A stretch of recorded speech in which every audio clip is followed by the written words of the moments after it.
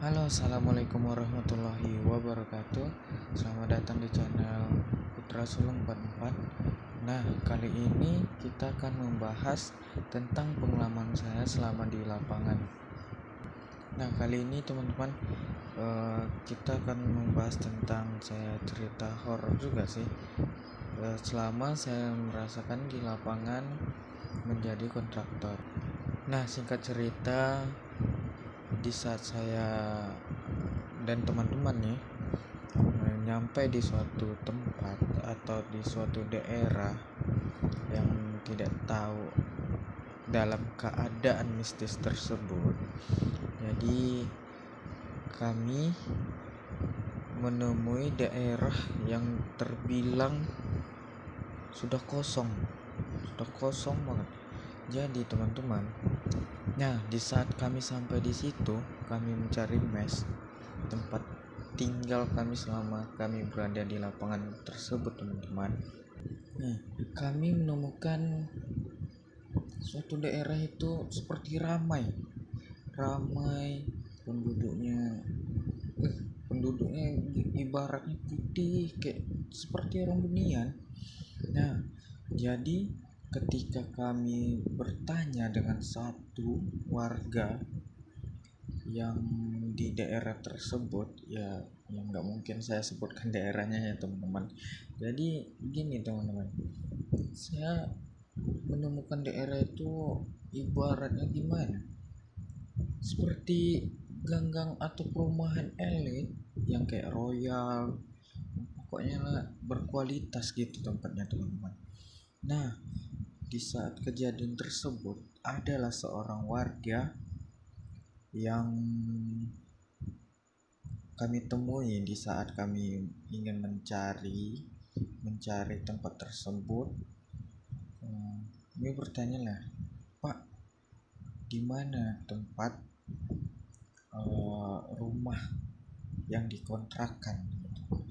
Jadi gini teman-teman, bapak itu menunjukkan suatu rumah yang tempatnya begitu besar banget. Jadi oke lah Pak, di sini aja. Kira-kira per bulannya berapa ya Pak? Cuma 500.000 loh teman-teman. 500.000, bayangkan sama teman-teman, itu tempatnya 2 tingkat, rumah mewah bang, sumpah mewah bang. Dan di saat itu sehari 2 hari kami di sana terasa aman-aman saja teman-teman. Dan di suatu saat kami dalam seminggu itu kami merasakan hal-hal yang gak enak juga di rumah tersebut, karena ya wajar lah orang-orang kontraktor atau orang apa kan.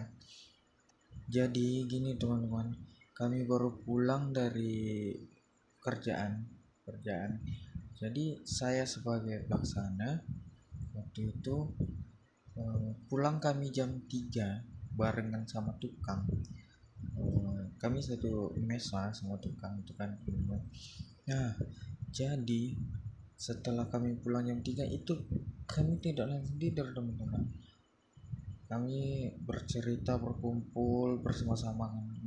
Nah, yang aneh banget nih teman-teman, bayangkan HP tukang saya yang awalnya baterainya habis, bukan baterai habis nah teman-teman, baterai nggak ada, kartu nggak ada yang nelpon gitu teman-teman.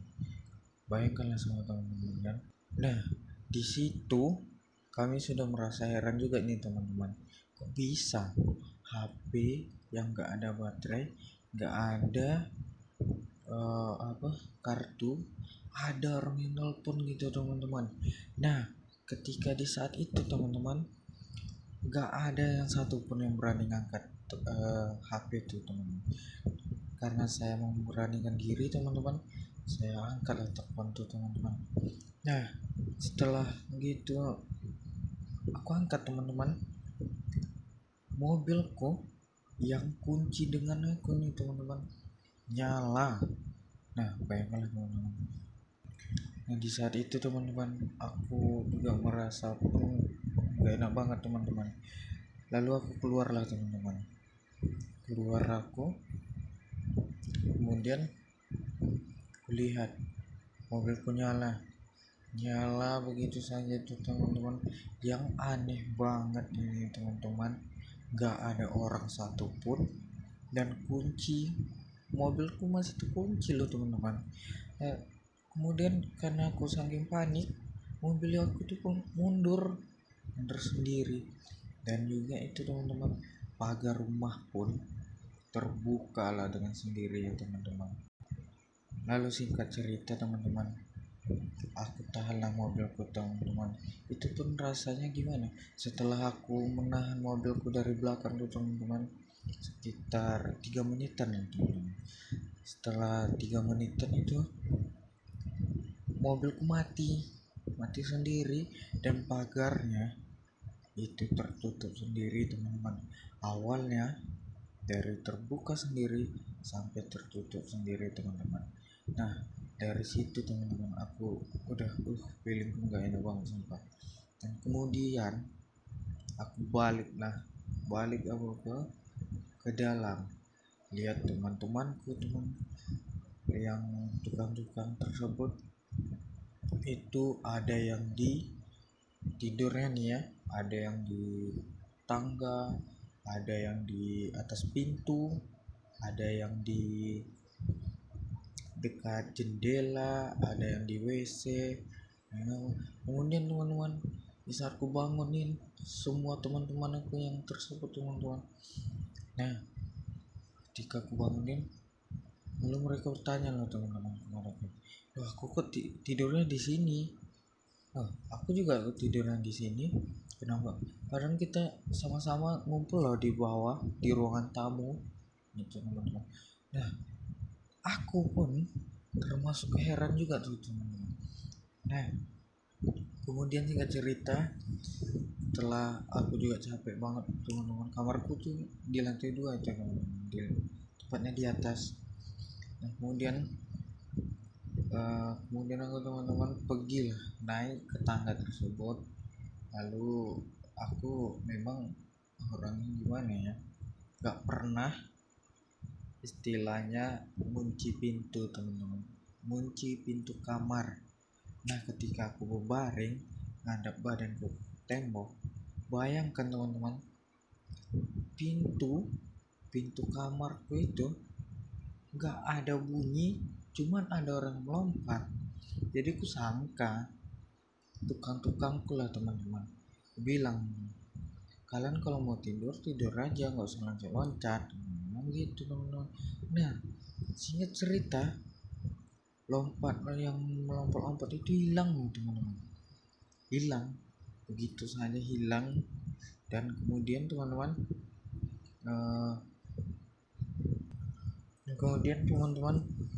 yang anehnya nih,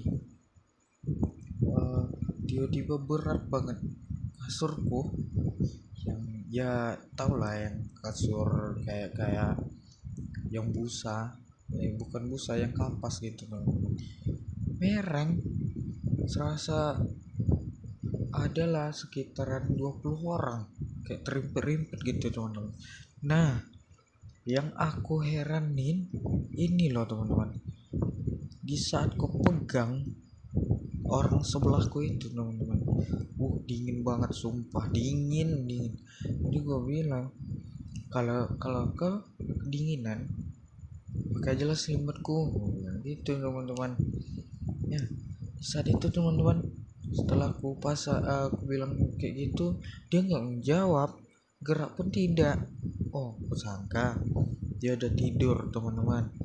Jadi karena aku inisiatif pengen melihat gitu kan, pengen melihat ke temanku yang sebelah itu teman-teman.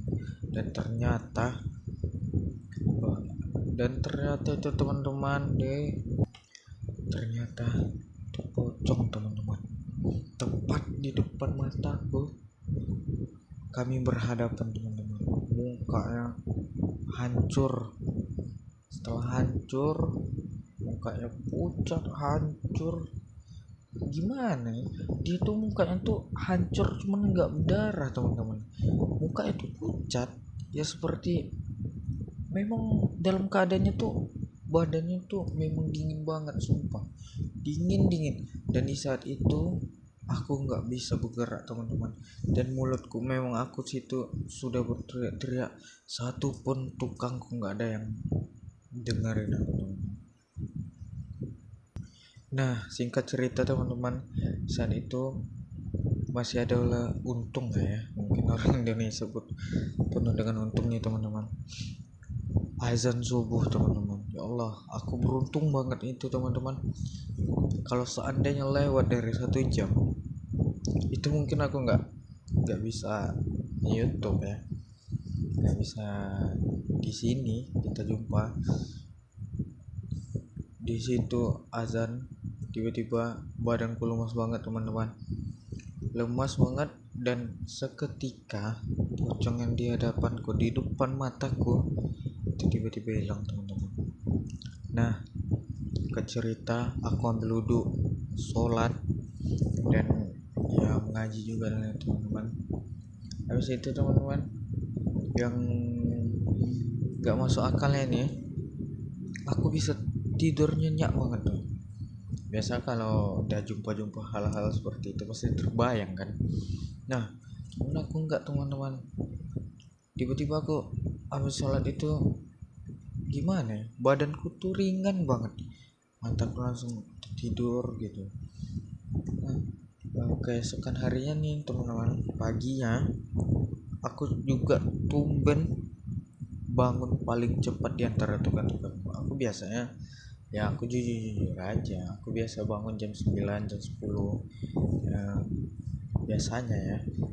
Dan tukang-tukang itu kalau udah jam-jam 9 pasti bangunin aku teman-teman, karena aku sebagai pelaksana dan karena mereka tinggal barengan denganku, ya otomatis aku juga ngantarkan mereka untuk ke lapangan teman-teman. Nah karena kejadian tersebut biasanya aku nganterin orang tuh dulu teman-teman. Ini setelah aku ngantarin mereka, aku lanjut mandi gitu. Aku nggak sempat, kalau udah jam-jam telat seperti itu aku juga nggak sempat tuh teman-teman untuk gimana ya, mandi dulu baru nganterin orang tuh, memang aku nggak sempat. Nah cerita, aku suruh lah orang tuh dulu kan, bangunin satu-satu, terus aku suruh mereka teman-teman untuk menunggu aku di depan pintuku teman-teman, pintu kamar mandi gitu. Nah singkat cerita nih teman-teman, setelah aku siap mandi, kemudian di depan pintuku itu teman-teman, bukanlah temanku, ternyata Dorugo teman-teman, besar, badannya hitam, tinggi banget sumpah. Jadi ketika itu aku pun bilang gini loh teman-teman, aku permisi, aku niat aku baik di sini ya, kalau seandainya kami mengganggu di tempatmu, tolong berikan aku satu keyakinan gitu. Setelah aku buat kayak gitu teman-teman, dia minggir tiba-tiba ngilang teman-teman. Nah setelah aku sudah siap-siap nih teman-teman berangkat kerja, yang lucunya temanku masih tidur juga, yang tepatnya di tangga. Habis di tangga, di pintu, terus di dekat bak mobilku, terus di mana, di sesi tank, di tangki loh teman-teman. Nah aku herannya gini teman-teman, selama sebulan yang lewat, bukan yang lewat, yang lalu ya teman-teman, kami tinggal di situ teman-teman. Alhamdulillah kami dapat hidayah, kami menemukan ustadz-ustadz yang terbilang baik lah, dan sebagai orang dibilang gimana ya, dia punya ilmu gitu loh teman-teman. Nah jadi kebetulan dia melewati daerah yang kami itu teman-teman. Nah ketika aku manasin mobil teman-teman, aku sangka Ustadz tuh sama juga kayak hantu teman-teman. Jadi aku pikir lah aku nih teman-teman, loh itu hantu atau Ustadz? Jadi dia mengucapkan salam teman-teman. Nah lalu aku terkejut lah teman-teman. Aku jawab, Waalaikumsalam Ustadz. Aku bilang kayak gitu kan teman-teman. Nah ketika setelah aku bilang seperti itu, lalu Ustadznya menjawab, sudah berapa lama kalian di sini? Nah, kami udah terus saya jawab nih teman-teman. Kami sudah sekitaran sebulanan. Loh, kalian nyaman tidur di situ? Loh, rumahnya bagus kok Ustaz. Cuman ada kejanggalan gitu Ustaz. Kemudian Ustadz itu tertawa nih teman-teman. Loh, siapa yang ngasih tahu kalian daerah sini? Gitu. Lalu saya jawab, kami sebelum menemukan mes ini Ustadz, kami menemukan satu orang yang mau berbaur dengan kami, yang berbicara dengan kami, tapi kami melihat banyak banget orang yang kayak mana percaya gitu teman-teman. Lalu Ustadz tuh menepuk punggungku teman-teman, menepuk punggungku. Lalu saya disuruhnya baca ayat kursi dan mengucapkan 2 kalimat syahadat teman-teman. Setelah itu saya disuruhnya menutup mata teman-teman. Di saat itu teman-teman, aku pun merasakan mataku tiba-tiba dingin ketika Ustadz tuh megang pundakku gitu. Setelah Ustadz tuh megang pundakku, aku buka mataku, disuruh dia kan, coba buka matamu kata Ustadz. Aku buka teman-teman, ternyata rumah tersebut hancur, atap hancur, terus teman-teman pintu jendela nggak ada, tembok pun bolong-bolong loh teman-teman. Bolong, ibaratnya kami itu tidur nampak lah dari luar teman-teman. Gimana lah maksudnya tinggal tiang-tiang doang, ada tembok sedikit gitu teman-teman. Cuman istilahnya gimana ya, kami tidur tuh bisa dilihatin orang gitu. Nah ketika saat itu panggil lah teman-temanku semua ya teman-teman. Kita dipulihkan lagi dengan Ustadz tersebut. Setelah dipulihkan teman-teman, barulah Ustadz itu bercerita dengan kami kan teman-teman. Cobalah kamu lihat, ada satu pintu di dalam itu. Kamu lihat ke bawah kan ada tangga. Pintu tuh ada tangga tuh teman-teman. Cuman kami gak pernah tahu itu ada pintu di tembok yang dimana kami jadikan ruang ngumpul kami teman-teman. Nah setelah kami buka, waktu begitu turun, ternyata banyak banget kuburan di bawah itu teman-teman. Nah singkat cerita teman-teman, setelah kami menemukan kuburan itu teman-teman, kami segera pindah secepat mungkin. Nah di saat kami ingin keluar teman-teman, Ustadz tersebut itu sudah nggak ada lagi teman-teman.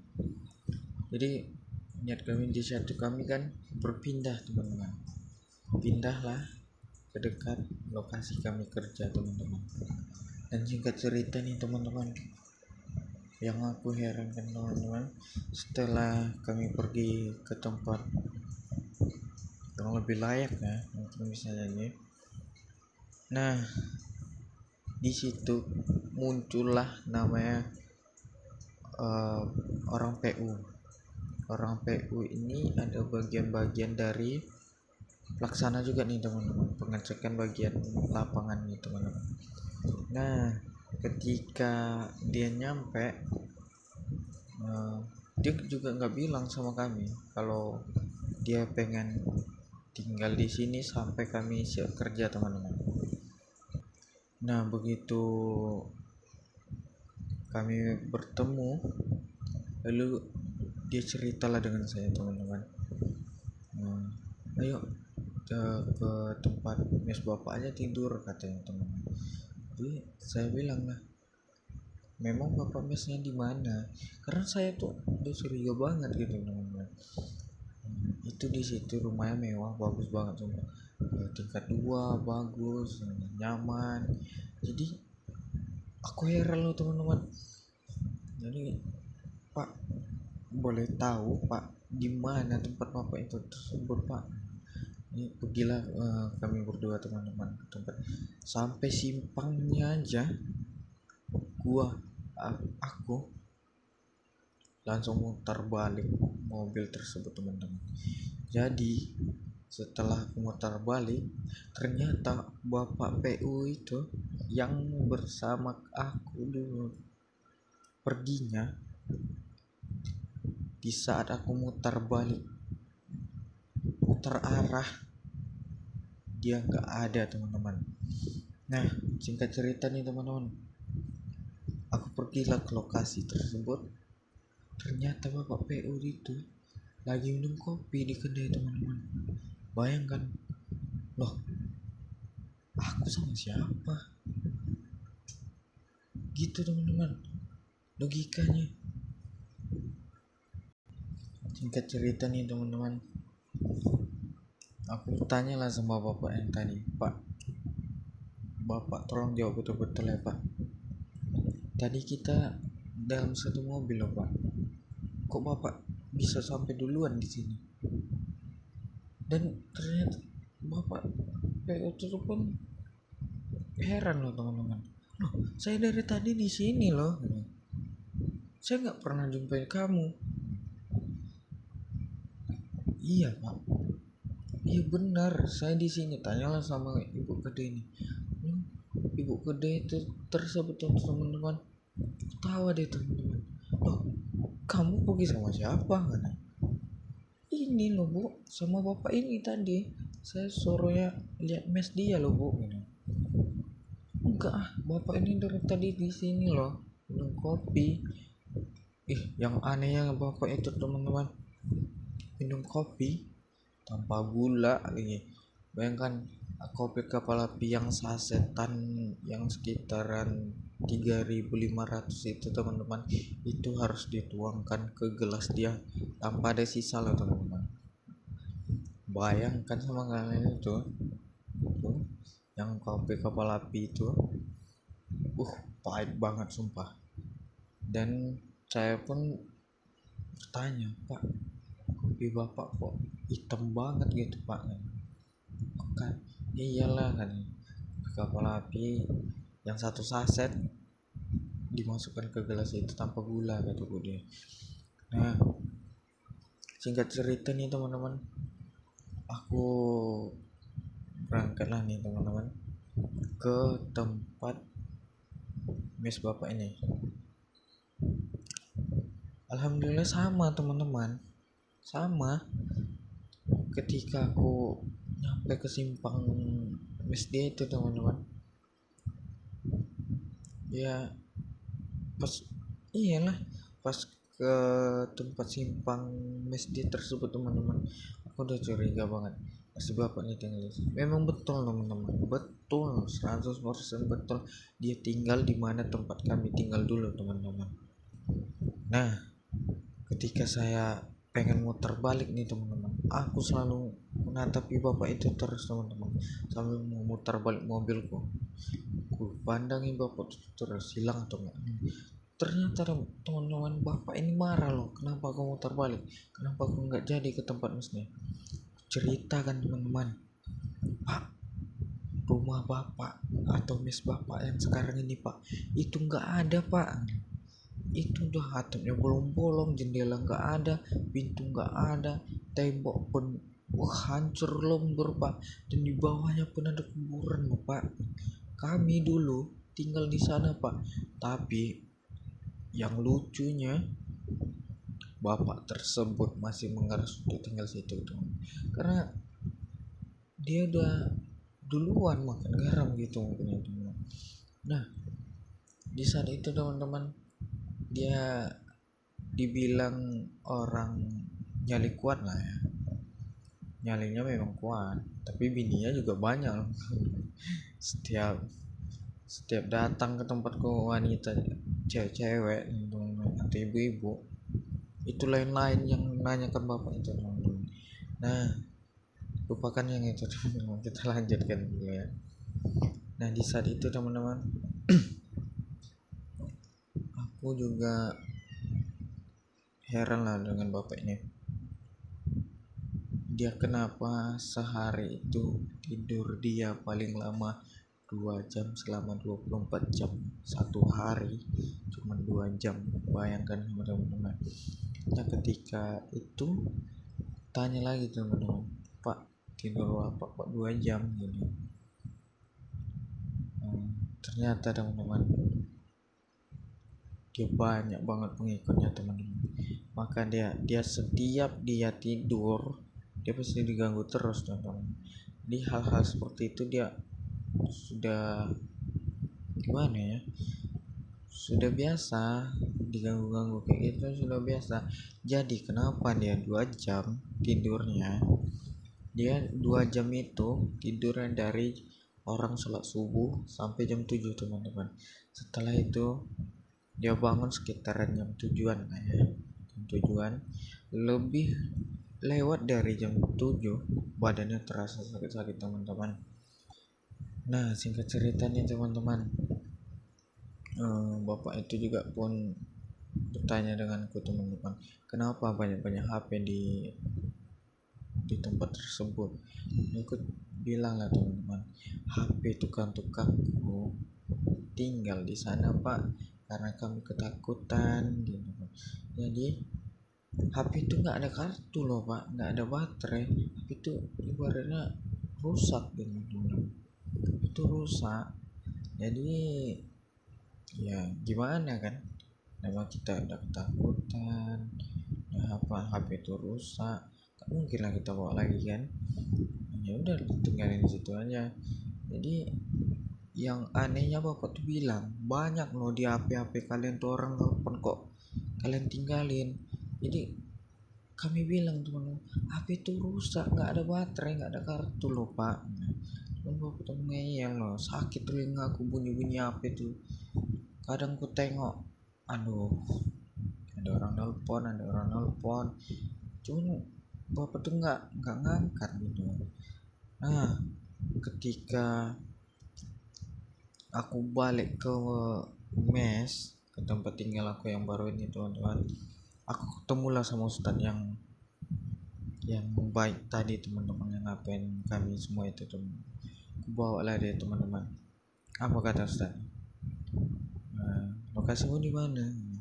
Di jembatan situ pak, karena kami dalam pekerjaan itu mau membangun jembatan teman-teman.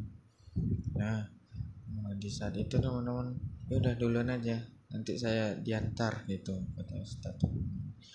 Nah singkat cerita teman-teman, ketika aku pergi selama di perjalanan bawa mobil itu teman-teman, sampailah aku di tempat lokasi kerja kami ini teman-teman. Ternyata Pak Ustadz tersebut sudah sampai duluan dia teman-teman. Nah aku terkejut tuh, nah Ustadz diantar siapa kok dia sampai duluan gitu. Iya Ustadz dari tadi dia sampai duluan. Jadi tukangku banyak loh, lihat dia tuh nggak ada yang ngantar gitu loh. Maksudnya tuh selama aku balik itu dan sampai aku nyampe di lokasi tersebut, nggak ada ngelihat ustadz tersebut diantarin atau di apa namanya, pokoknya mistis lah teman-teman. Aku pun nggak juga bingung lihat ustadz tersebut. Nah jumpa basa-basi karena otakku udah pening juga, udah ibarat udah stres juga di lokasi tersebut teman-teman. Setelah itu memperbaikilah bapak ini teman-teman, yang matanya diapakan jin setan gitu kan teman-teman. Nah singkat cerita teman-teman, bapak itu pun ngajak kami teman-teman satu tim pekerjaan gitu teman-teman, teman-teman, ke tempat mes tersebut menemani bapak ini untuk ngambil barang-barang itu. Ternyata memang iya teman-teman, sama persis kayak kejadian kami sudah disehatkan sama ustadz itu teman-teman. Nah sampai cerita itu kami memilih tinggal di tempat mes yang baru ini teman, termasuk orang PU tersebut teman-teman. Karena gimana ya, terus harus satu tim, karena tahulah gimana cara suntikan gitu kan. Nah sampailah di ujung siapnya jembatan tersebut teman-teman, kami pulang. Perasaanku udah lega karena kerjaanku udah siap juga.